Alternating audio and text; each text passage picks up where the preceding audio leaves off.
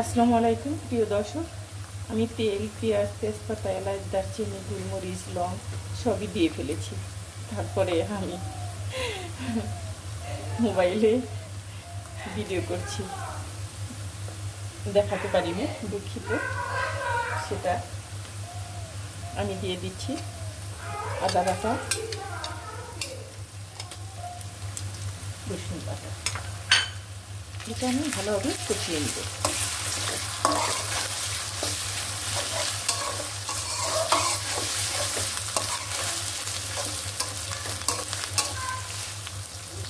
এখানে দিয়ে দিব লবণ, তাহলেই ছিটবে না।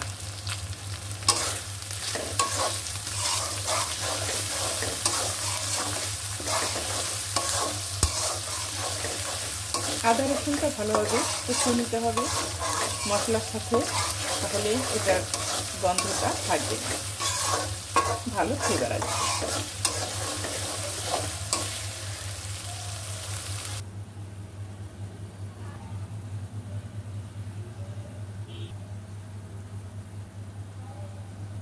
এটা হলো জিরে গুঁড়ো।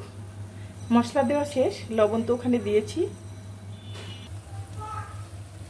মাংসগুলো এভাবে আমি দিয়ে দিব।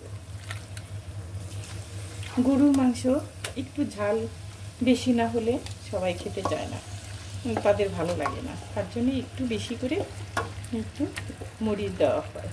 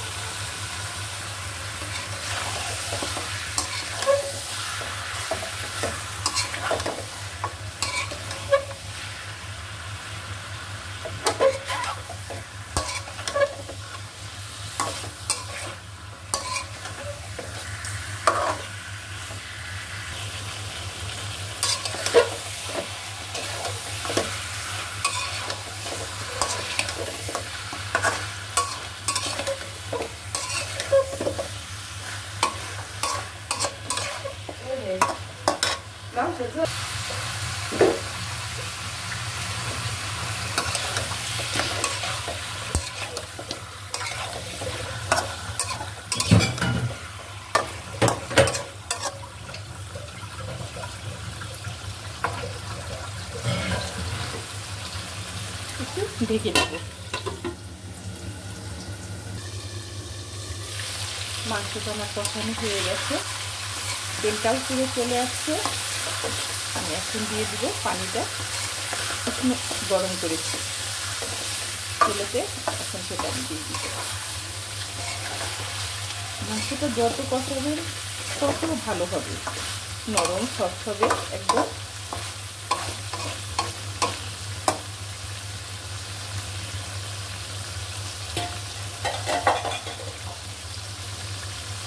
এখন আমি এখানে দিয়ে দিব গরম পানি।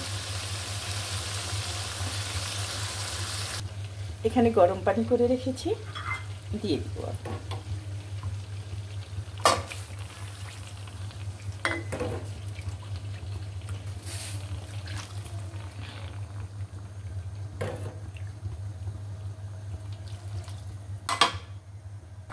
এখন আমি ঢাকনা দিয়ে ঢেকে দিব, ফিরছি একটু পরেই।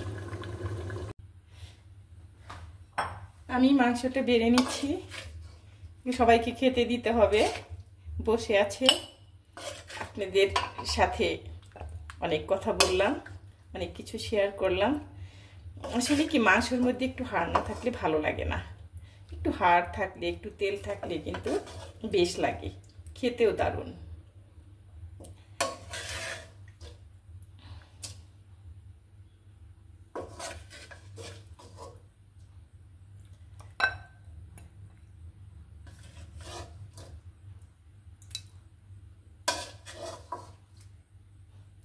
সবাই হাড় পছন্দ করে, সবাই, এ বাসার সবাই বলে শুধু হাড়।